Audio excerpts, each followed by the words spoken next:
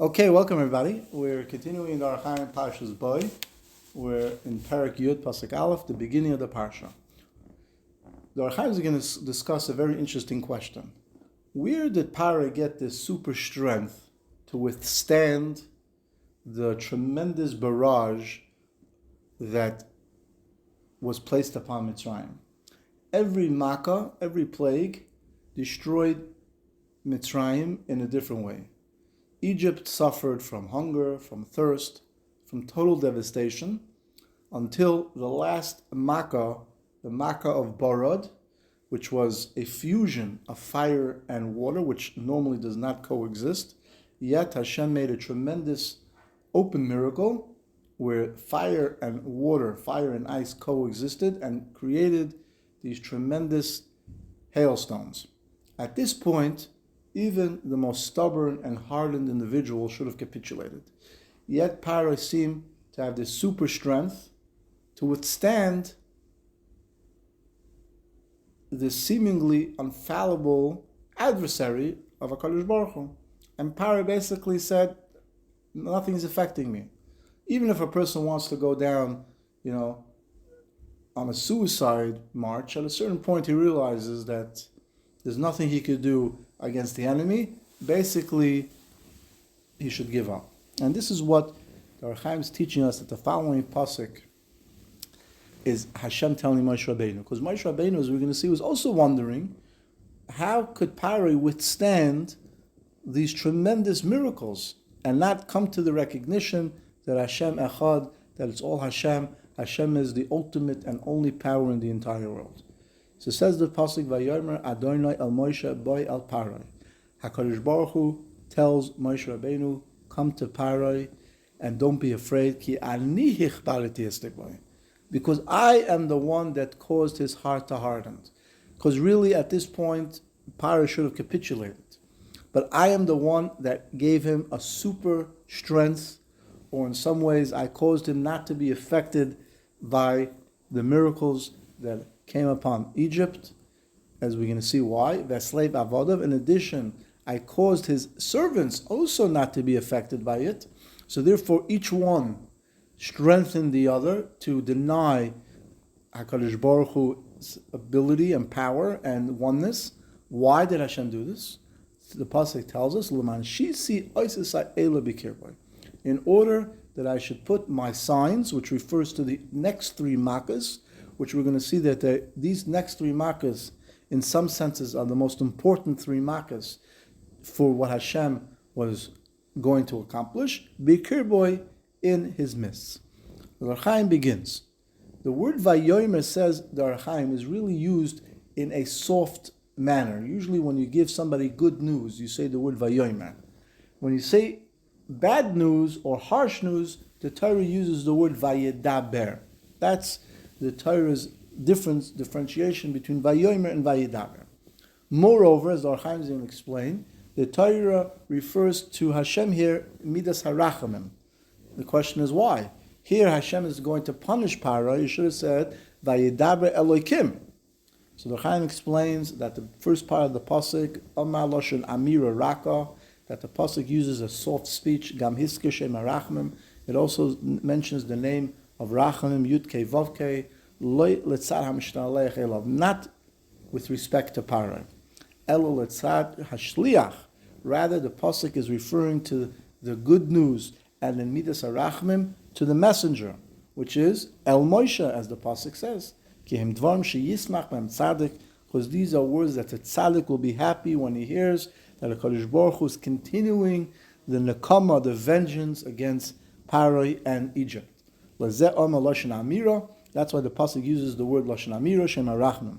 Kihem Dvarim Hasei Adam Es Levi. These are words that satiate the heart. They will make Moshe Rabbeinu feel happy that Hashem is continuing the punishment on Egypt in honor of Klal Yisrael and Hashem. Oid Letzach Lohoya Hashem Shalech HaMakkah Tekev Miyad. We know that HaKadosh Baruch Hu did not follow one Makkah after the other. Ad Shoshalech Lahasis by Kodim Lamashavu Echad Lamashavu Shlosh Shavuos. Rather, Hashem would warn Pharaoh before every Makkah. One opinion held that there was a week break between each makkah. Other opinions held that there was 3 weeks of warnings between one makkah and another makkah. So basically, Moshe Rabbeinu came to Pharaoh, would warn him for 3 weeks that a makkah is coming. The 4th week, the makkah would come, and then the cycle would repeat. There were 3 weeks of warning, 1 week of makkah. Oid, Hashem sholech hamakah takef miyad, like we explained. V'zehu, and this is midas hachesed racham. The fact that Hashem gave a space, gave a break, a pause between every makkah was rachamim, in order for possibly, on the one hand, to give Pharaoh the opportunity to do tshuva. On the other hand, right, it was the ability for Pharaoh and Mitzrayim to avoid punishment, which is the ultimate mercy of Hashem. Right? Midas harachamim, there's no one like Hakadosh Baruch Hu when it comes to rachamim, that even the greatest Rishaim, Hashem gives them a chance to do tshuva. Another explanation, derech sheparashti l'mal l'pasher eira, that in this case, even midas harachamim, which is the ultimate mercy, like we just explained, at this point agreed with the midas adin, that the Egyptians had to be destroyed. So basically, at this point, midas harachamim and midas adin became one. The Hachaim continues, Ki ani hichbariti.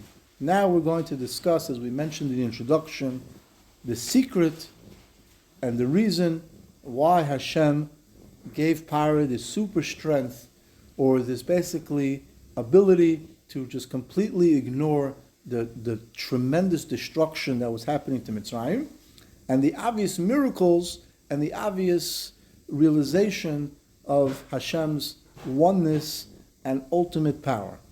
Pirish, mi'ata taskil adas. Now you will understand. Ki anihu sheichbaratis liba. Hashem says, I am the one that hardened his heart.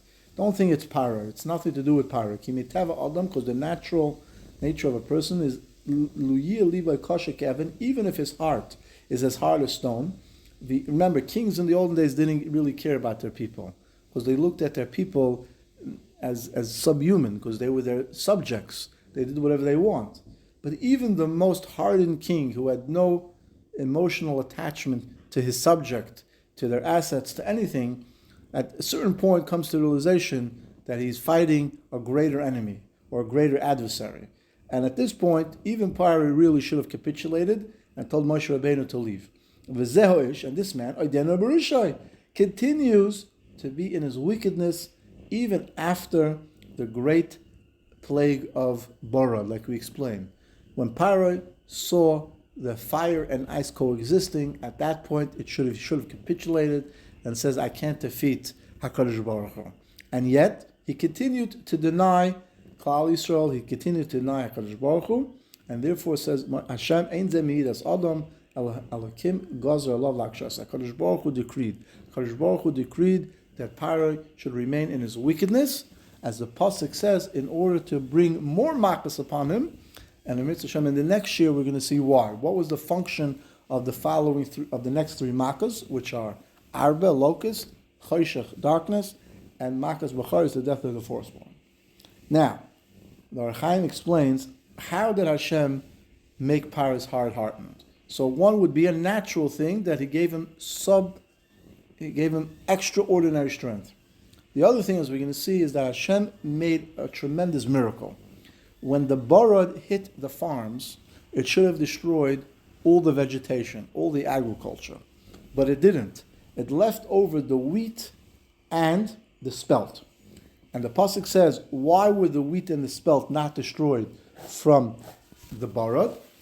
Because they are aphelos. Now the literal translation of aphelos means that they sprout later on in the season. So therefore their buds were very soft and very small. So the bara, the hail, really would have less of effect on them, as opposed to the wheat and the barley, the flax and the barley, that were already stalks and hardened, they would snap much easier. However, the Hachaim darshans that the word aphelos, is a hint to the word of pella, a wonder. The word pella in Hebrew is a wonder, and this was a wonder that Hashem created in order to trick Pharaoh. Because when Pharaoh went to the farm and he saw that the wheat and the spelt survived the tremendous destruction, he said, it must be that the God of the wheat and the spelt, are greater than Hashem. And therefore, I don't have to worry about Hashem, chas v'shalom. And who did this? Hashem did this. Why? In order that Pharaoh should trick himself. Another thing that Hashem was telling to Moshe Rabbeinu was kilitzat sherot Moshe amaka gdola shel haborot. And Moshe saw the tremendous makkah that came upon through Borod, and V'rosha ze adarabah hoisef lachtoi, and Pharaoh was still continuing to do an aveira. Yishol hatikva mimenu v'yischam selvav b'shlichusei Pharaoh.